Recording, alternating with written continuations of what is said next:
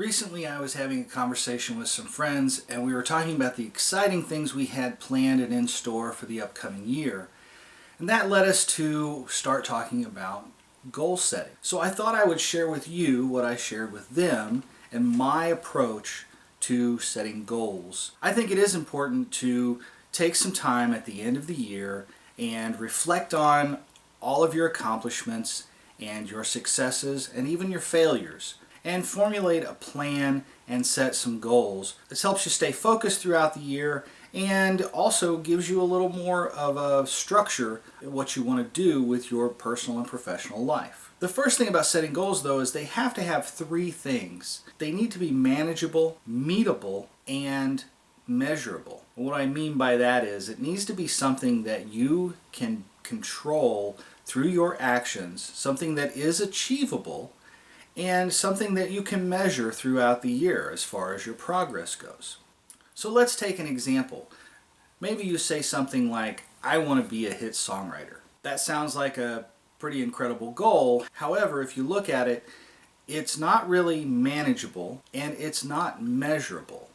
There's nothing about that goal that is in your control or in your power. You can write songs, you can pitch songs, but getting someone to record your song, release that song as a single, and then have that single climb the charts is really beyond your control. That's too big and too general to be something that I would refer to as an actual goal. What you could do is something a little more concrete and say, I want to be a songwriter who writes 50 songs this year. That is absolutely manageable. It's something in your control that you can do, and it's measurable.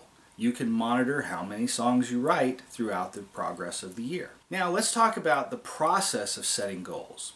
The traditional process of setting goals is what is often referred to as do, have, be. What I mean by that is a goal tends to be something that people want to do. They make a list of all the things they have to have in order to do that. After you have this list of things, then eventually, somewhere down the road in the future, you will be your goal. The main issue I have with that process is it first puts the target in the future. And then second, the list of haves, things you have to have, often become this shopping list of obstacles and even excuses. Something that I was introduced to about 20 years ago at this point was the concept of be, do, have. The methodology of be, do, have places its focus on behavior,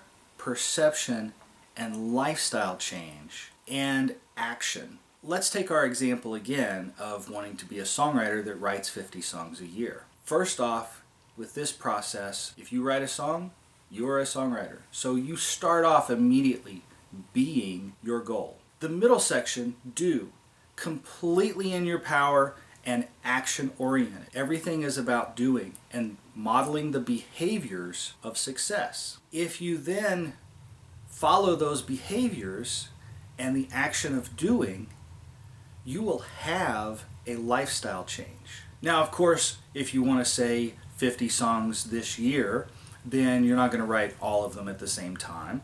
And yes, that target is going to be reached eventually in the future. However, the process of living that goal starts day one, and you live it every day in your lifestyle and your actions. The other thing about goal setting that I want to share is my personal motto and my personal goals each year. It's a little counterintuitive to some, but my goals never change, and it's the same year after year. My personal motto that I've lived by for years is simply two words: do more. What I mean by that is exactly what it says. I want to do more this year than I did last year. And following the be, do, have methodology, I live every single day modeling the behaviors and doing more. Now you're going to say, well, that's kind of like the hit songwriter goal. It's too broad. But it's not really too broad in the respect that I know what I can measure from what I've done in the previous year. I tour with an artist, and we have played a lot of shows over the last few years. Each year we play more and more shows. So last year, if we played 80 shows, this year I want to do more.